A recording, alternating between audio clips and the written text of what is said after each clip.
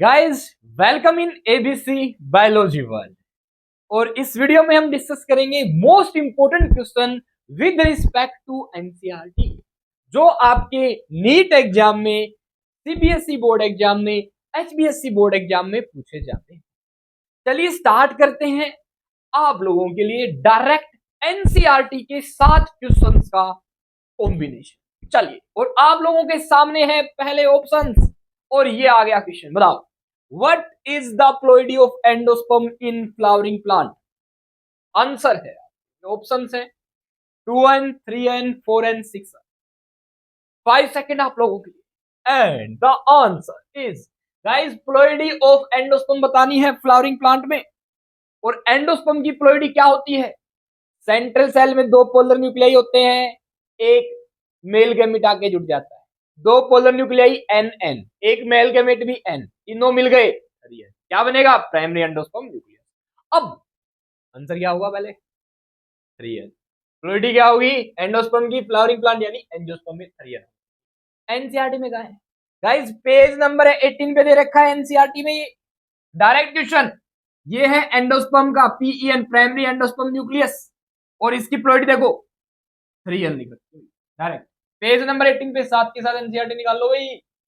चलो इसकी full explanation देख लेते हैं। देखो, डबल फर्टिलाइजेशन का टॉपिक है, पेज नंबर 18 है न्यू एनसीईआरटी के अंदर। 2 पोलर न्यूक्लियाई होते हैं जिनकी प्लॉइडी एन होती है। एक मेल गैमेट आता है, वो एग सेल से जुड़ के जाइगोट बना लेता है। दूसरा मेल गैमेट यहाँ इन दोनों न्यूक्लियस जुड़ जाते हैं, तीनों जुड़ के क्या बनाते हैं? PEN, primary endosperm nucleus. जो एक प्रकार से 3 ये न्यूक्लियस जुड़ रहे हैं, क्या बनाए, क्या कहलाएगा भाई? Triple fusion. क्या कहलाएगा? Triple fusion. क्या कहलाएगा? Triple fusion. अब आपसे कोई पूछ ले ट्रिपल फ्यूजन का प्रोडक्ट क्या है? प्राइमरी एंडोस्पर्म सेल के अंदर primary endosperm nucleus, triple fusion होगा और क्या बनेगा? प्राइमरी एंडोस्पर्म न्यूक्लियस, जो कि क्या होता है? ट्रिप्लोइड होता है। क्या होता है? ट्रिप्लोइड होता है। ठीक है, देन एनसीईआरटी से सिंपल, एग सेल के साथ एक मेल गैमेट जुड़ेगा, जाइगोट बनाएगा, इसे फर्टिलाइजेशन कहेंगे। 2 पोलर न्यूक्लियाई, एक और मेल गैमेट जुड़ेगा, ट्रिपल फ्यूजन कहलाएगा। प्रोडक्ट होगा primary endosperm nucleus. Triple fusion और फर्टिलाइजेशन दोनों मिल जाएंगे तो हम कहेंगे डबल फर्टिलाइजेशन। गाइस, अगर आपको क्वेश्चन अच्छा लगा है, वीडियो को लाइक और चैनल को सब्सक्राइब करना। बहुत ही जबरदस्त क्वेश्चन आप लोगों के लिए। What happens to the BOD, biochemical oxygen demand of a water body की विद रिमूवल ऑफ इफ्लुएंट? अगर आप इसमें से इफ्लुएंट को बाहर निकाल दे।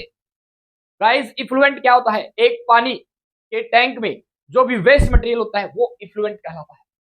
क्या इफेक्ट होगा बीओडी पे? क्वेश्चंस के ऑप्शंस आपके सामने। बीओडी, अगर इफ्लुएंट को मैं निकाल दूं, वेस्ट मटेरियल को निकाल दूं, तो बीओडी कम होगी या ज्यादा हो जाएगी या सेम रहेगी? बताइए जल्दी से। एंड द आंसर क्या होगा भाई?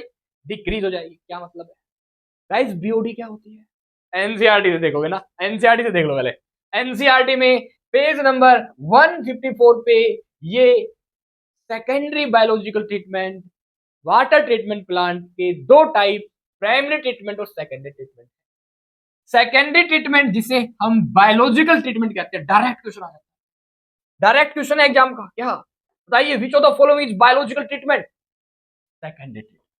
अब यहां पे इन्होंने अच्छे से लिख रखा है, BOD refer to the amount of oxygen that would be consumed if all organic matter in 1 litre. 1 litre पानी में जितना ऑर्गेनिक मैटर यानी इफ्लुएंट जो है वो प्रेजेंट है, उसको ऑक्सीडाइज करने के जो अमाउंट ऑफ ऑक्सीजन चाहिए, अब ये इफ्लुएंट हमने बाहर निकाला तो अमाउंट ऑफ ऑक्सीजन कम चाहिए, तो बीओडी क्या हो जाएगी भाई? डिक्रीज।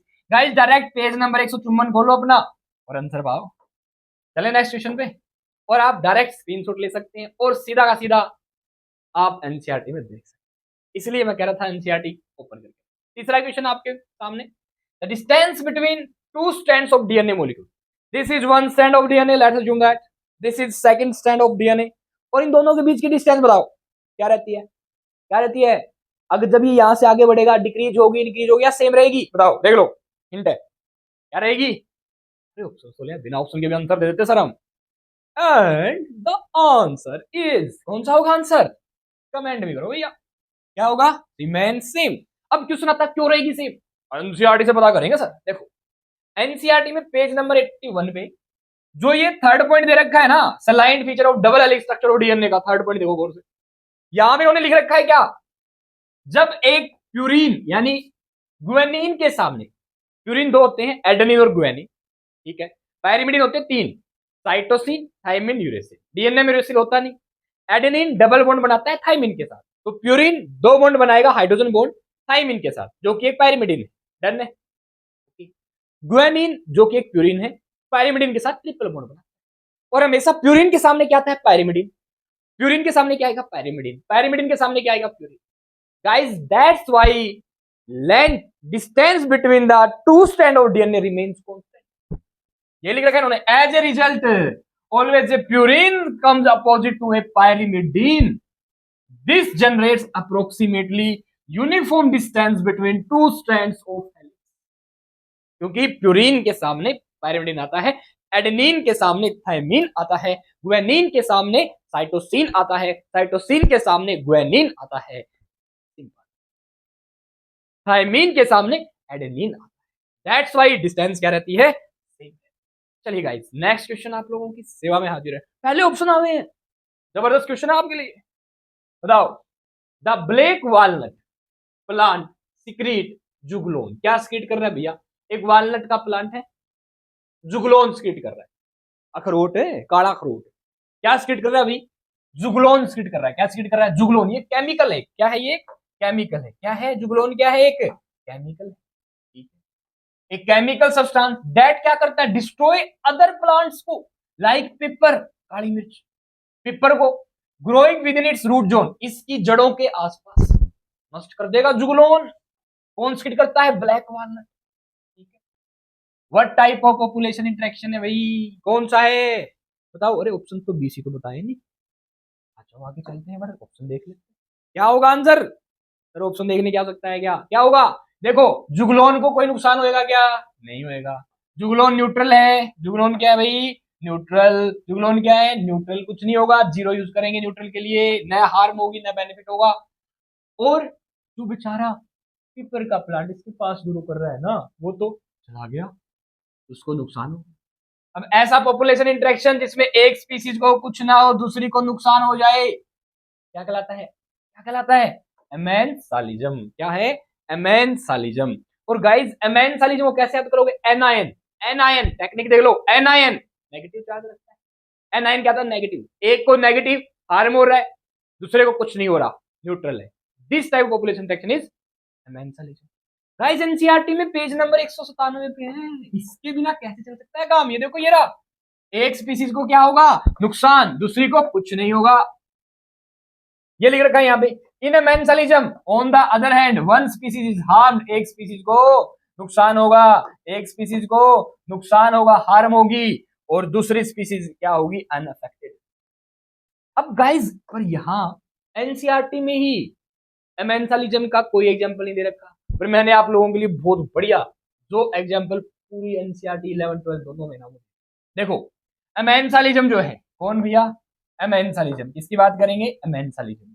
इसमें एक को माइनस, दूसरे को जीरो। एंटीबायोटिक्स एग्जांपल है एमेंसालिज्म का। एंटीबायोटिक्स से कुछ नहीं होता, जो बैक्टीरिया मर जाता है।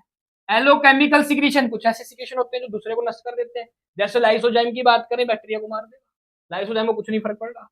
समुद्र क्रॉप्स, कुछ ऐसी क्रॉप्स होती हैं जो अपने आसपास खरपतवार को उगने नहीं देती, वीड्स को नहीं उगने देती, ठीक है, जैसे बार्ले, शोरगम, सनफ्लावर, अपने आसपास वीड्स खरपतवार को उगने नहीं देते, ठीक है। ऐसे ही ब्लैक वॉलनट, काला वॉलनट रोट क्या स्कीट करता है, जुगलोन। गाइस ये 2019 में बनाया हुआ है, ठीक है। कुल मिलाकर 36 पेजेस का एक पीडीएफ है, जिसमें से लगभग एवरी टाइम नीट में 200 प्लस मार्क्स का पेपर आता है। जुगलोन विच इज हार्मफुल, किस किस को भैया, एप्पल को, टोमेटो को, अल्फाल्फा को, पेपर को, क्वेश्चन में था आपने। इसके अलावा और बायोएक्टिव मॉलिक्यूल कौन कौन है, स्टेटिन, ट्राइको, और कौन कौन, जल्दी से, ट्राइकोडर्मा, पॉलीस्पोरम, साइक्लोस्पोरिन ये बनाती है, cyclosporin A, cyclosporin A and statin bioactive molecule है, ये भी ध्यान रखना। एक प्रकार से एमेंसालिज्म शो करते हैं। Grevillea robusta do not allow its seedling, इसके बीज कोई नहीं उगने देती अपने पास, कौन, ग्रेविलिया रोबस्टा। कौन भैया? ग्रेविलिया रोबुस्टा। क्या नहीं करती? अपने आसपास किसको? अपनी सीडलिंग को ही नहीं उगने देती, सीडलिंग ग्रो नहीं कर पाती, इसके बीच इसके आसपास नहीं हो पाती। इसका एग्जाम्पल है। उम्मीद है क्लियर हो गया होगा। 197 पेज आपने एनसीईआरटी का देख लिया होगा। 12th की एनसीईआरटी की बात चल रही है। चलिए नेक्स्ट क्वेश्चन आप लोगों के लिए। Ginkgo biloba, ginkgo biloba, ginkgo biloba क्या है?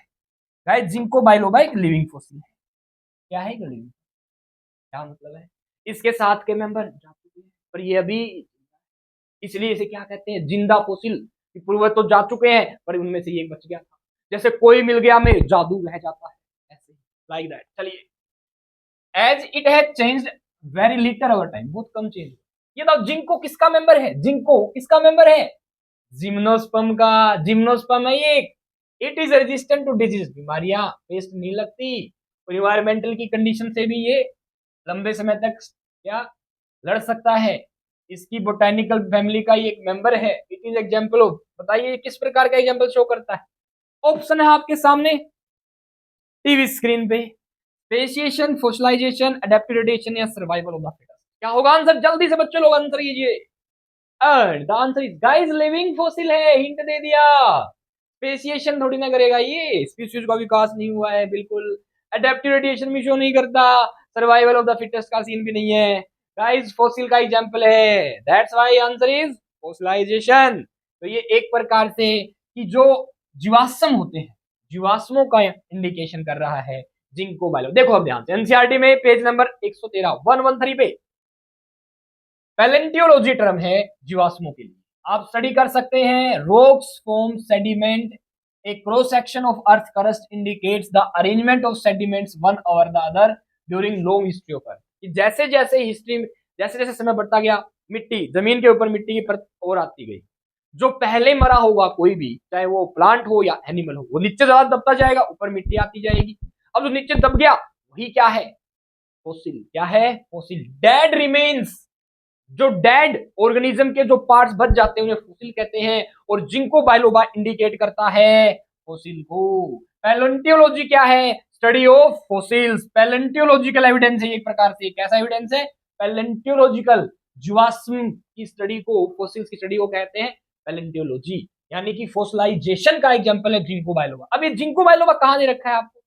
देखो पेज नंबर 122 है एनसीईआरटी का। ये रहा जिंको, जिंकोज, जिंकोज, जिंकोज। ठीक है, जिम्नोस्पर्म का मेंबर है। ठीक है, ध्यान रखिएगा। जिंक, और इसके पूर्वज कौन है? सिल्लोफाइटन। सिल्लोफाइटन के कौन? Rhynia type plant. Rhynia type plant के कौन है एंसेस्टर? ट्रिकोफाइट्स। ट्रिकोफाइट्स के, ट्रैकियोफाइट्स के एंसेस्टर कौन है? क्लोरोफाइट। डायरेक्ट क्वेश्चन आता है नीट में, डायरेक्ट नीट का क्वेश्चन। ठीक है, और जिंकोज खुद क्या होते हैं? जिम्नोस्पर्म। चलिए नेक्स्ट क्वेश्चन आप लोगों के लिए टीवी स्क्रीन पे ही। The cause of sickle cell anaemia. Sickle cell anaemia का कोज बताइए, क्या कोज? सर ऑप्शन तो दीजिए ना, दीजिए ना। आपके सामने है ऑप्शंस। ओ और ये आंसर पहले। Point mutation, natural selection, adaptive radiation, both B and A. B and A क्यों नहीं है? क्योंकि नेचुरल सिलेक्शन का कोई मतलब नहीं है, कारण थोड़ी ना है natural selection sickle cell anaemia का। एडेप्टिव रेडिएशन या पॉइंट। गाइस पॉइंट म्यूटेशन, एक और नाम बताओ, कैसा डिसऑर्डर है sickle cell anaemia? Mendelian disorder है। एक और मेंडेलियन डिसऑर्डर का जल्दी से कमेंट करो। नहीं सर पहले आप हीमोफीलिया। एक और कर दूं, कलर ब्लाइंडनेस। एक और थैलेसीमिया। एक और रह गया, जल्दी से उसको कमेंट करके। अब दो रह गए भैया। सिस्टिक फाइब्रोसिस एक और रह गया पी पे, जिसका नाम है, जल्दी से कमेंट कर दो। क्या कहा जाए सिकल सेल एनीमिया का? Point mutation. अब कहा है एनसीईआरटी में? कौन से पेज नंबर पे है? आपके सामने है पेज नंबर 74 पे। इसमें क्या होता है? आरबीसी बाई कनकेव शेप होती है आरबीसी की, सिक्कल जैसी शेप, आगे से दांती दराती होती है ना, जिससे हरा चारा काटते हैं ऐसे, उसकी शेप ले लेता है। ऐसा क्यों होता है गाइस? ऐसा इसलिए होता है कि जो जीएजी बेस होता है डीएनए में, जीएजी सीक्वेंस जो होता है, जीएजी, ये बदल जाता है जीयूजी में। अब जनरली जीएजी के कारण, क्या भैया? जीएजी के कारण जिससे रिलीज होता है ग्लूटामिक एसिड। जीएजी किसको कोड करता है? ग्लूटामिक एसिड को। ग्लूटामिक एसिड को। जीओजी किसको कोड करता है? क्वेश्चन क्वेश्चन डायरेक्ट, वेलाइन को। किसको कोड करता है? वेलाइन को। तो सुनना बच्चों ध्यान से, जीएजी से ऐसी आरबीसी बनेगी, जीयूजी से ऐसी आरबीसी बनेगी। सिकल सेल अब क्या हुआ है, एक पॉइंट पे एक ही बेस चेंज हुआ, इसलिए इसे कहते हैं पॉइंट म्यूटेशन। और जहां पॉइंट म्यूटेशन हो ऐसे डिसऑर्डर कहलाते हैं मेंडेलियन डिसऑर्डर। ठीक है, ओके। और क्या खास बात है गाइस, ये कहानी जीएजी से जीयूजी में conversion 6th position of beta globin chain पे होता है, at 6th position of beta globin chain. कैसा डिसऑर्डर है ये, sickle cell anaemia, autosome linked recessive disorder. कैसा डिसऑर्डर है भैया, ऑटोसोम लिंक्ड रिसेसिव डिसऑर्डर है। कैसा डिसऑर्डर है, ऑटोसोम लिंक्ड रिसेसिव डिसऑर्डर है ये, ध्यान रखिए। ठीक है, नेक्स्ट चले, एक और बात सुनो ध्यान से, अगले ही पेज नंबर 75 पे ये कहानी दे रखी है। जीयूजी वेलाइन ग्लूटामिक एसिड कन्वर्ट हो जाता है वेलाइन में, 6th position of beta globin chain, जिसके कारण आरबीसी की शेप हीमोग्लोबिन मॉलिक्यूल चेंज हो जाता है, दैट्स व्हाई आरबीसी की शेप बाई कनकेव से आ जाती है। ये फिगर है आप, ठीक है। अगला क्वेश्चन आप लोगों के सामने, industrial production of which of this product. देखो भैया कौन कौन से प्रोडक्ट का, इन प्रोडक्ट का इंडस्ट्री में प्रिपरेशन कर रहे हैं, माइक्रोब्स इन ह्यूमन वेलफेयर की कहानी लग रही है। कैन बी नेगेटिवली, भैया कौन प्रोडक्शन को रोकेगा, by the presence of Saccharomyces cerevisiae. अगर सैक्रोमाइसिस सेरेविशियई की प्रेजेंस हो जाए तो इनमें से कौन सी वो चीज है जिसका प्रोडक्शन कम हो जाएगा, नेगेटिवली प्रभावित होगा मतलब कम हो जाएगा, पॉजिटिवली अफेक्टेड होता तो बढ़ जाता बच्चा। ठीक है, बताओ, बियर, वाइन, फ्रूट जूस या वीट। कंफ्यूज हो जाते हो, ध्यान से सुनना। सैक्रोमाइसिस सेरेविसी किस किस को बनाती है, बियर बनाती है, ब्रेवर जिस्ट कहते हैं इसको, वाइन बनाती है बिना डिस्टिलेशन के, बियर और वाइन बिना डिस्टिलेशन के बनती है, विस्की ब्रांडी रम डिस्टिलेशन के साथ बनती है, ब्रेड बनाती है इसलिए इसको बेकर जिस्ट भी कहते हैं सैक्रोमाइसिस सेरेविसी को। Fruit juice, guys fruit juice, अगर फ्रूट जूस सैक्रोमाइसिस सेरेविसी यहां प्रेजेंट हो गई तो फ्रूट जूस का कर देगी फर्मेंटेशन और उसमें आ जाएगी स्मेल, तो प्रोडक्शन हो जाएगा। इसलिए सैक्रोमाइसिस सेरेविशियई फ्रूट जूस का कहीं प्रोडक्शन हो रहा है और वहां सैक्रोमाइसिस सेरेविशियई चली गई, फर्मेंटेशन कर देगी। जैसे दूध अपना कई बार नींबू के कांटेक्ट में आ जाए, इमली खट्टी चीजों के कांटेक्ट में आ जाए, क्या हो जाता है, खराब हो जाता है, फट जाता है, पनीर टाइप बनने लग जाता है, खराब हो गया ना। दूध कहाँ, आपको कई बार ऐसा तो चाय पीनी होती है और दूध ही फट चुका है। अब आप कैसे, समझ में आया कि कैसे खट्टी चीजें सैक्रोमाइसिस सेरेविशियई ने प्रोडक्शन को क्या कर दिया, क्या होगा राइट आंसर, फ्रूट। चलिए नेक्स्ट क्वेश्चन। अच्छा ये कौन से पेज पे है, पेज नंबर 152। अरे एनसीईआरटी आप तो खोल के बैठे हुए थे, 152 नंबर पेज पे लिख रखा है सैक्रोमाइसिस सेरेविशियई, गौर से देखना, एक यीस्ट है, इसे ब्रीवर्स यीस्ट कहते हैं क्योंकि फ्रूट जूसी सीरियल्स में वो फर्मेंटेशन कर देती है। अब ध्यान रखना, आप बोलोगे फ्रूट जूस में यूज तो हो रही है, फर्मेंटेशन करेगी इनका, अब फर्मेंटेशन होने का खराब हो जाते हैं ये। ठीक है, विस्की ब्रांडी रम ये तो अलग से तैयार कर लेते हैं, फर्मेंटेशन ही करवाते हैं, अलग से बना लेते हैं। पर कहां पे, जब फ्रूट जूस को हम फर्मेंट कर रहे हैं उस दौरान अगर सैक्रोमाइसिस सेरेविशी प्रेजेंट होगी तो क्या कर देगी, प्रोडक्शन को रोक। ठीक है, अब सैक्रोमाइसिस सेरेविशी क्या कैसे करती है गाइस, ये प्रोड्यूस करती है इथेनॉल। क्या प्रोड्यूस करती है, इथेनॉल, और साथ में CO2। नीट का क्वेश्चन है 2025 का, इथेनॉल और CO2 कौन प्रोड्यूस करता है, सैक्रोमाइसिस सेरेविशी, पेज नंबर 152 पे। नेक्स्ट क्वेश्चन आप लोगों के सामने, आंसर भी सामने देखो, फंगल डिजीज है कोई, फंगस की बीमारी, तुरंत याद आना चाहिए human health and disease, Epidermophyton, Trichophyton, एक और था माइक्रोस्पोरम। ये तीनों फंजाई मिलके, तीनों जीनस है फंजाई के, माइक्रोस्पोरम, ट्रिकोफाइटन, एपिडर्मोफाइटन मिलकर क्या करते हैं, रिंगवर्म, दाद, क्या करते हैं, दाद करते हैं। कौन सी डिजीज होगी, आंसर इज रिंगवर्म। अब क्वेश्चन आपसे, फिलेरिया फिलेरियसिस कौन करता है, मुचेरेरिया पैनक्रोफ्टी, एमोइबियासिस एंटमीबा हिस्टोलाइटिका, एस्कैरियसिस एस्कैरिस। एस्कैरिस कौन है, कौन है एस्कैरिस, बताओ जल्दी से, राउंड वर्म, चूनिया है, चूनिया सुने आपने, रिंग वर्म अलग फंजाई काज करती है, राउंड वर्म एस्कैरियसिस खुद, राउंड वर्म जो होते हैं ना, ये छोटे छोटे जो चूनिया होते हैं हिंदी में एक प्रकार से, राउंड वर्म एस्कैरियसिस करते हैं, डिजीज का नाम है एस्कैरियसिस। ध्यान कहाँ है ये, एनसीईआरटी में पेज नंबर 133 पर, ये देख लो क्या बन गया यहाँ पे, इसको रिंग वर्म हो रखा है। ड्राई स्केली लीजन हो जाएंगे, ड्राई इंटेंस खाज भी आएगी, और हीट और मॉइस्चर ज्यादा हुई तो ज्यादा ग्रो कर पाएंगे। जनरली कहाँ होते हैं, क्या, जहां पे जॉइंट्स हैं, जहां पे क्या है, जॉइंट ग्रोइंग, जो हम दो ऑर्गन्स मिल रहे हैं, समझ रहे हो। चलिए नेक्स्ट क्वेश्चन आपके लिए। अच्छा ये तो भूल ही गए आप, ये देखो, ट्रिकोफाइटन, एपिडर्मोफाइटन और माइक्रोस्पोरम रिस्पॉन्सिबल होती है इसके लिए, रिंग वर्म के लिए। डायरेक्ट नीट का क्वेश्चन बहुत बार रिपीट हो चुका है क्वेश्चन, ठीक है। ऑप्शंस फिर से पहले आ गए, क्वेश्चन भी आ गया, कौन सा सही होगा। A carbon sink is any environment that can store carbon. Sink का मतलब क्या होता है, जो जिसके पास कमी हो। अब कार्बन डाइऑक्साइड बाहर बहुत ज्यादा है, और मेरे पास कार्बन डाइऑक्साइड मैं कह रहा हूँ कमी है, क्योंकि कार्बन डाइऑक्साइड यूज करके मान लो मैं भोजन बना लेता हूँ, क्या होगा, मैं सिंक हूँ कार्बन डाइऑक्साइड का, मुझे जरूरत है। जैसे आपको एनसीईआरटी से बढ़िया बढ़िया क्वेश्चंस की जरूरत है नीट के लिए, नीट 2026 के लिए, आपके सीबीएसई एचबीएसई बोर्ड एग्जाम के लिए। जैसे आपको बायोलॉजी के इंपोर्टेंट क्वेश्चंस की आवश्यकता है, ऐसे ही आप क्या बन जाओगे, सिंक। ऐसे ही मैं कह दूं मैं सिंक हूं, मुझे कार्बन डाइऑक्साइड, ठीक है भैया, ओके। स्टोर कर सकता हूं मैं, and remove it from the atmosphere, atmosphere से रिमूव कर दूंगा, मैं ले लूंगा, जैसे शक्तिमान ऐसे करके सारी सीओ को अंदर ले लेता है। तो which of the following will lead to decline, कम कर देगा कार्बन सिंक, कार्बन सिंक को। अब जो कार्बन का सिंक है, कौन हो कार्बन के सिंक, किसको जरूरत होती है, CO2 की। फोटोसिंथेसिस द्वारा पौधे भोजन बनाते हैं सर, क्या बात है, पौधों ने फोटोसिंथेसिस द्वारा भोजन बनाया, किसका इस्तेमाल किया, CO2 का, तो पौधे क्या हो गए, सिंक। अब ये कैसे डिक्लाइन हो जाएगा कार्बन सिंक में, कैसे कम हो जाएंगे, जब आप पेड़ों को काट दोगे। तो राइट आंसर क्या होगा, and the right answer is deforestation, deforestation. Guys ये एनसीईआरटी में कहा है, आपके नहीं एनसीईआरटी में, ये ओल्ड एनसीईआरटी के पेज नंबर 254 पे है, इकोसिस्टम में, जहां पे ये CO2 के सिंक की कंप्लीट बातें हो रखी है। कौन CO2 रिलीज करता है, कौन CO2 अब्जॉर्ब करके भोजन बना देता है। जो प्लांट्स हैं हमारे, वो रोल अदा करते हैं, लगभग 4 गुना 10 की पावर 13 किलोग्राम कार्बन डाइऑक्साइड को, कार्बन को एक साल में फिक्सेशन करके भोजन बना देते हैं।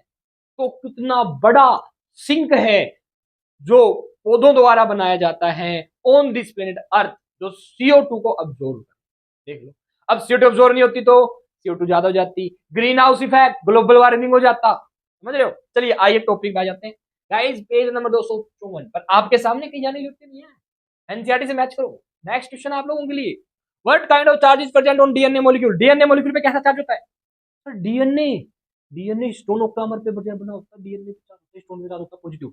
हाँ डीएनए ऐसे नहीं सोचना है, एनसीईआरटी में भी लिख रखा है डीएनए पे क्या चार्ज होता है, नेगेटिव। क्या चार्ज होता है डीएनए पे, नेगेटिव। कैसा चार्ज है डीएनए पे, नेगेटिव। पेज नंबर 168 पे लिख रखा है डायरेक्ट, गौर से देखिए, गौर से देखिए, नेगेटिव चार्ज मॉलिक्यूल डीएनए को।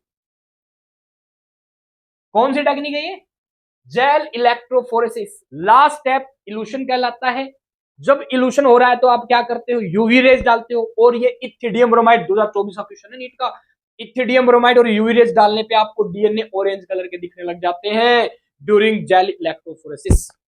जेल इलेक्ट्रोफोरेसिस में हम, इलेक्ट्रोफोरेसिस का मतलब होता है इलेक्ट्रिसिटी द्वारा, फोरेसिस का मतलब मूवमेंट करवाना। अब डीएनए पे चार्ज होता है नेगेटिव, क्या करेंगे, एनोड पे चार्ज होता है नेगेटिव, एनोड के पास हम डीएनए को डाल देंगे, वो जेल जो एगारो जेल होती है इस चैम्बर में, जेल इलेक्ट्रोफोरेसिस के डीएनए इनके थ्रू मूव करता है, छोटा पीस जल्दी आ जाता है, बड़ा पीस पीछे रह जाता है। नेगेटिव चार्ज इधर लगाते हैं, पॉजिटिव चार्ज यहां लगाते हैं, इलेक्ट्रिसिटी द्वारा मूवमेंट हो जाती है डीएनए को molecule, that is gel electrophoresis. समझ में आया। चलिए in PCR reaction at step 1 denaturation of DNA take place, DNA का डीनेचुरेशन होता है, क्या नाम है पहले स्टेप का, डीनेचुरेशन। दूसरे स्टेप का ए से, तीसरे स्टेप का ई से, DAE से याद कर लोगे, जल्दी से बताओ, नेम द फैक्टर जो इसके लिए रिस्पॉन्सिबल होता है। डीनेचुरेशन जो कि पहला स्टेप है पीसीआर पॉलीमरेज चेन रिएक्शन में, पहला स्टेप, जिसके द्वारा पीसीआर के द्वारा हम डीएनए की कॉपी कर लेते हैं, समझ रहे हो। एक जैसे आप लोग फोटो कॉपी रख लेते हैं, ऐसे डीएनए कॉपी जाती है, एक डीएनए से दो, दो से चार, चार से आठ। अब पीसीआर का पहला step that is denaturation. Guys high temperature का इस्तेमाल करते हैं हम, डीनेचुरेशन के लिए जिम्मेदार कौन है, हाई टेम्परेचर। कौन जिम्मेदार है, टेम्परेचर कितना, 94 डिग्री सेल्सियस टेम्परेचर जिम्मेदार है इसके लिए, पीसीआर में डीनेचुरेशन के। It is the heating of target DNA gene of interest at high temperature 94 degree Celsius to separate the DNA के दो स्ट्रैंड्स अलग अलग हो जाएंगे। फिर by semi conservative application of DNA क्या होगा, डीएनए रेप्लिकेट कर जाएगा। आपको बताना है semi conservative application of DNA को यूकैरियोट्स में किसने प्रूव किया। यूकैरियोट्स में जल्दी से कमेंट करो। प्रोकैरियोट्स में किसने किया था, मैथ्यू मेसेल्सन एंड फ्रैंकलिन स्टाहल ने 1958 में सीजियम ग्रेडियंट अमोनियम क्लोराइड और इकोलाई का यूज करते उन्होंने साबित कर दिया कि डीएनए सेमी कंजर्वेटिव रेप्लिकेट करता है। 3 स्टेप होते हैं, डीनेचुरेशन, एनीलिंग, एक्सटेंशन। कैसे याद करोगे पीसीआर के 3 स्टेप, डाई डाई DAE डाई डाई डाई डाई, ठीक है। जैसे दाई नहीं करवाते बच्चे जन्म करवाते हैं तो हॉस्पिटल में लगी है डिलीवरी, पहले दाई माँ लोग करवाते हैं, ठीक है। 3 स्टेप है। अच्छा, कौन से स्टेप में टैग पॉलीमरेज इस्तेमाल होता है, ये बार बार क्वेश्चन आता है। कौन से स्टेप में होता है टैग पॉलीमरेज इस्तेमाल, एनीलिंग में। टैग पॉलीमरेज को कौन से बैक्टीरिया से गेन किया जाता है, थर्मस एक्वाटिकस। टैग पॉलीमरेज एक एंजाइम का नाम है जो पॉलीमराइजेशन करवा देता है डीएनए की, इसे थर्मस एक्वाटिकस बैक्टीरिया से गेन करते हैं, ठीक है। पीसीआर में कितने स्टेप होते हैं, 3। पहला स्टेप कौन सा है, डीनेचुरेशन, और इसमें हम हीटिंग करते हैं डीएनए, ध्यान। और each strand act as a template for DNA synthesis. अब डीएनए में 2 स्टैंड है, दोनों अलग हो जाएंगे डीनेचुरेशन में। इस पे नया स्टैंड बन जाएगा, इस पे नया स्टैंड बन जाएगा। यही साबित किया था किसने, टेलर एंड हिज कलीग्स ने 1958 में। कहां पे, विसिया फाबा बीन्स यूकैरियोट्स में। प्रोकैरियोट्स में किसने किया था, मैथ्यू मेसेल्सन फ्रैंकलिन स्टाहल ने। पेज नंबर एनसीईआरटी का, ये तो बताया नहीं सर आपने, पेज नंबर कहाँ है, क्लियर हुआ क्या, ये सीधा आंसर दे दिया हमने। एनसीईआरटी का पेज क्यों नहीं बताया भाई, कोई ना, ये वाला पेज देख लेंगे, इसका पेज नंबर हम लगता है। अब अगला question, brominated flame retardants BFRs, जिनमें ब्रोमीन होता है, क्लोरीन हो, डीडीटी हो, कुछ भी केमिकल सब्सटेंस हो जो एक ऑर्गेनिज्म से दूसरे ऑर्गेनिज्म में चला जाता है, इस प्रोसेस को कहते हैं बायोमैग्निफिकेशन। जब toxic substance first trophic level से सेकंड में, सेकंड से थर्ड पे, थर्ड से फोर्थ में चले जाए, इस फिनोमेना को बायोमैग्निफिकेशन कहते हैं। ये आपके सिलेबस में नहीं, फिर भी मैंने एनसीईआरटी, पुरानी एनसीईआरटी से आपके लिए गेन किया है। अच्छा, जब बायोमैग्निफिकेशन होगा किसी केमिकल का, तो फाइटोप्लैंक्टन से ज्यादा कंसंट्रेशन जू प्लैंक्टन में, जू से ज्यादा हेरिंग फिश में, हेरिंग से ज्यादा मैक्रिल फिश में, और मैक्रिल फिश को खा गया ह्यूमन, तो सबसे ज्यादा केमिकली कंसंट्रेशन किसमें होगी, बताओ, किसमें होगी, ह्यूमन में। और इस टॉपिक का नाम है बायोमैग्निफिकेशन। पेज नंबर 276 पे है ओल्ड एनसीईआरटी में। ये देखो, डीडीटी वाटर में है 0.03 पार्ट्स पर बिलियन। जू प्लांक्टन जैसे ही यहाँ डीडीटी समुद्र में रहते तो पानी पीते हैं, ये क्या करेंगे, जू प्लांक्टन ले लेंगे 0.04 ppm, हो जाएगी कंसंट्रेशन। जैसे ही जू प्लांक्टन को स्मॉल फिशेस खाएंगे, उनमें हो जाएगी 0.5 पार्ट्स पर मिलियन। पार्ट्स पर बिलियन से पार्ट्स पर मिलियन पहुंच गया। लार्ज फिश में डीडीटी 2 पार्ट्स पर मिलियन हो जाएगी। अगर इनको फिश ईटिंग बर्ड खा गई तो 25 पार्ट्स पर मिलियन पहुंच जाएगी। इस फिनोमेना को कहते हैं बायोमैग्निफिकेशन। ये रहा, in the aquatic food chain, biomagnification effort to increase in the concentration of toxicant at successive toxic level. toxicant मतलब जहरीले पदार्थ, जैसे DDT, mercury, brominated compound. Guys समझ में आ रहा है? अगर क्वेश्चन आपको एनसीईआरटी से समझ में आ रहे हैं तो वीडियो को लाइक, चैनल को सब्सक्राइब और अपने दोस्तों के पास शेयर करना बिल्कुल भी मत भूलना। खालिस्तान are called molecular scissor. Scissor का मतलब होता है कैंची। मोलिक्यूल को काटने वाली कैंची किसे कहते हैं? सर बायोटेक्नोलॉजी में पढ़ा है, मोलिक्यूल को काटते हैं रेस्ट्रिक्शन एंजाइम्स। तो रेस्ट्रिक्शन एंजाइम कमेंट कर सकते हो जल्दी से, पेज नंबर 165 पे जल्दी से देख लो। मोलिकुलर सीजर कहेंगे, मैं तो याद रखने के लिए सीजर यूज कर लेता हूं, स्पेलिंग ध्यान में। रेस्ट्रिक्शन एंजाइम है भैया। ये डीएनए को अंदर से भी काट सकते हैं, बाहर से भी, छोर किनारों से भी। जो अंदर से काटेगा उसे कहेंगे रेस्ट्रिक्शन एंडोन्यूक्लियस, बाहर से काटेगा रेस्ट्रिक्शन एक्सोन्यूक्लियस। अगला पेज भी है क्या, 166 पेज पे दे रखे हैं। न्यूक्लियसिस 2 प्रकार के हैं, एक्सोन्यूक्लियसिस और एंडोन्यूक्लियसिस। एंडोन्यूक्लियस डीएनए को इनसाइड कट करेंगे, एक्सोन्यूक्लियस छोर किनारों से कट करेंगे। दोनों पेजों पे आप पढ़ सकते हैं। Next question, energy is always highest at first trophic level.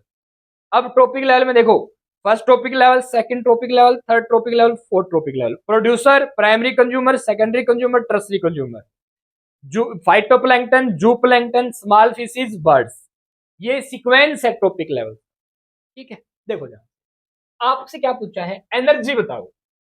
Always highest at first trophic level बहुत ज्यादा होती है, उसके बाद 10% कम होती है, 10% कम हो जाएगी, और 10% कम हो जाएगी, और 10%। ये क्या है, 10% law of energy, trophic level. 10% law of energy कहते हैं इसको। ये क्या होगी बताओ, as we move up energy is always highest at first trophic level, जैसे जैसे ऊपर जाओगे रिड्यूस हो जाएगी as we move up the trophic levels. तो यहाँ पे क्या आना चाहिए, मूव अप द ट्रॉपिक। ठीक है, देखो ये फर्स्ट ट्रॉपिक लेवल, ये सेकंड ट्रॉपिक लेवल, ये थर्ड ट्रॉपिक लेवल, ये fourth trophic level, 4 trophic level हो गए ना। यहाँ पे एक खास बात सुनो ध्यान से, ये है प्रोड्यूसर, ये है प्राइमरी कंज्यूमर, ये सेकेंडरी कंज्यूमर, ये टर्सरी कंज्यूमर। गाइस सन से जो एनर्जी आ रही है, ये आ रही है 10 लाख जूल, पर सन से प्रोड्यूसर को मिल रही है 10,000 जूल, मतलब 1%। अगर यहां पे न्यूमेरिकल बना दिया, मतलब सन से जो एनर्जी आती है उसका 1% ही पौधे ले पाते हैं। 10,000 लूट प्रोड्यूसर ने, इसका 10%, अब 10% का नियम शुरू होगा। 10,000 का 10%, 1,000, 1,000 का 10%, 100, 100 का 10%। ठीक है, यहां पे लिख भी रखा बकायदा, only 1% of energy in sunlight की अवेलेबल होती है पौधों में एनपीपी के रूप में, नेट प्राइमरी प्रोडक्टिविटी के रूप में। अब आप गौर से देखो, जब प्रोड्यूसर से प्राइमरी कंज्यूमर में जाएंगे तो केवल एनर्जी जा रही है 1,000 जूल, मतलब 10,000 में से 1,000 गया, 9,000 जूल एनर्जी लॉस हो गई भैया। रेस्पिरेटरी लॉस, हीट के रूप में लॉस हो जाती है। 213 पेज पे है भैया। नेक्स्ट क्वेश्चन आप लोगों के सामने, the non coding sequences are called as. Non coding sequence को क्या कहते हैं, मोलिकुलर बेसिस ऑफ इनहेरिटेंस में दो चीजें पढ़ी है, एक्सॉन्स और इंट्रॉन्स। एक्सॉन्स और इंट्रॉन्स, एक्सॉन्स कोड करते हैं, कोडिंग सीक्वेंस होते हैं, इंट्रॉन्स कोडिंग सीक्वेंस नहीं होते। Guys the non coding sequences are introns. Intron page number 93 पे, introns. Exons are said to be those sequence that appear in mature or processed RNA। जो sequence mature RNA में हो present उन्हें कहते हैं exons, coding sequence. जो ना हो, नॉन कोडिंग सीक्वेंस, इंट्रॉन्स। अच्छा एक क्वेश्चन आता है, इंट्रॉन्स को रिमूव करने की प्रोसेस को क्या कहते हैं, आंसर है इंट्रॉन्स को रिमूव करने की प्रोसेस को क्या कहते हैं, स्प्लाइसिंग। क्या कहते हैं, स्प्लाइसिंग। ध्यान रखना 93 से अगले पेज में देख लो क्या स्प्लाइसिंग मिला क्या। नेक्स्ट क्वेश्चन बताओ, एक असर्शन रीजन का क्वेश्चन है। गाइस ऐसे ही क्वेश्चन एबीसी बायोलॉजी वर्ल्ड पे आपके लिए आते रहेंगे, इसलिए चैनल को सब्सक्राइब और अपने दोस्तों के पास शेयर करना। क्या होगा answer, DNA and RNA are two type of nucleic acid found in living system. Yes, DNA वाले पाए जाते हैं और आरएनए पाए जाते हैं, दो ही प्रकार के न्यूक्लिक एसिड है। बिल्कुल सही बात है। RNA act as genetic material in most organism. Most organism में आरएनए करता है, नहीं यार डीएनए पढ़ा है मैंने, डीएनए करता है। इसका मतलब पहला वाला तो ठीक है, दूसरे वाले में लोचा है, तो पहले वाला सही है, दूसरे वाला गलत है। Assertion is true, reason is false, answer will be explanation. Direct NCERT में लिख रखा है, देखो कौन से पेज पे लिख रखा है, पेज नंबर 79 में, गौर से पकड़ो ड्रम। DNA act as genetic material in most of organism. समझ रहे हो, ठीक है। और आरएनए दो it also act as genetic material in some virus में भी करता है काम, और एज मैसेंजर का काम भी करता है, ये ध्यान में रखना। ओके, और क्या खास बात थी, DNA and RNA are the two types of nucleic acid found in living system. लो भाई, लिविंग सिस्टम में दो प्रकार, सीधा दे रखा है, गौर से देख लो, डायरेक्ट डायरेक्ट क्वेश्चन, सीधा सीधा यही। अगर ये लिख रखा था डीएनए आरएनए या डीएनए कर दें तो क्या आ जाएगा आंसर, ए। असर्शन भी सही है, रीजन भी सही है, करेक्ट एक्सप्लेनेशन भी है। क्या, पेज नंबर 17। नेक्स्ट असर्शन कहता है health does not simply mean. Health का सिंपली ये मतलब नहीं है, अब्सेंस ऑफ डिजीज होना या फिजिकली फिट होना, क्या ये हेल्थ का सिंपली अर्थ नहीं है? बिल्कुल बात तो सही लग रही है। अब्सेंस ऑफ डिजीज होना या फिजिकली फिट होना क्या हेल्थ है क्या? नहीं, ये कह रहा है क्वेश्चन, नहीं है health. Health is not merely an absence of disease और फिजिकल फिटनेस। क्या होती है एक्चुअल में? ये रीजन देखो क्या है। Health is defined as a state of complete, पूर्णतया फिजिकली भी फिट होना चाहिए, मेंटली भी फिट होना चाहिए, सोशली भी फिट होना चाहिए। तो ये नहीं है हेल्थ, ये होता है। तो रीजन असर्शन सही है, रीजन भी इसको एक्सप्लेन कर रहा है। एब्सेंस ऑफ डिजीज और फिजिकल फिटनेस नहीं होता, फिजिकली फिटनेस होना, सोशली फिट होना, मेंटली फिट होना, बिहेवियरली फिट होना, इकोनॉमिकली फिट होना भी होता है, ध्यान रखना। क्या जाएगा आंसर? बिल्कुल सही है, ए। असर्शन भी सही है, रीजन भी सही है बच्चों, एक्सप्लेनेशन भी सही है। कहां पे लिख रखा है? एनसीईआरटी को पेज नंबर जल्दी से निकालो, 130 पे। The term health is very frequently used, how we define it? Health does not simply mean absence of disease or physical fitness. Direct NCERT से क्वेश्चन है। It could be defined as a state of complete physical, mental and social well-being. ये कहानी इसको भी explain करती है। बिल्कुल। चलिए लास्ट क्वेश्चन आप लोगों के लिए। ओहो, tropics have greater biological diversity. Tropics region में डाइवर्सिटी ज्यादा पाई जाती है। क्यों पाई जाती है? There is most solar energy available in, क्योंकि ट्रॉपिक्स में सोलर एनर्जी ज्यादा होती है, which contribute to higher productivity. Higher productivity होगी अगर सोलर एनर्जी ज्यादा होगी।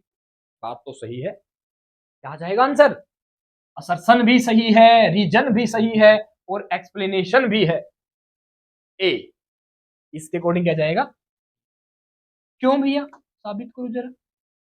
इसलिए देखो, ये देखो लिख रखा है इन्होंने पेज नंबर 220 पे, तसल्ली से दे रखा है। देखो पूरी बातें कर लेते हैं, पहले मेन पॉइंट पे आ जाते हैं। There is more solar energy available in tropics which contributes to higher productivity. This in turn might contribute indirectly to greater diversity. इसी कारण विभिन्नताएं क्या होती है? कहाँ ट्रॉपिक। एक और रीजन क्या है?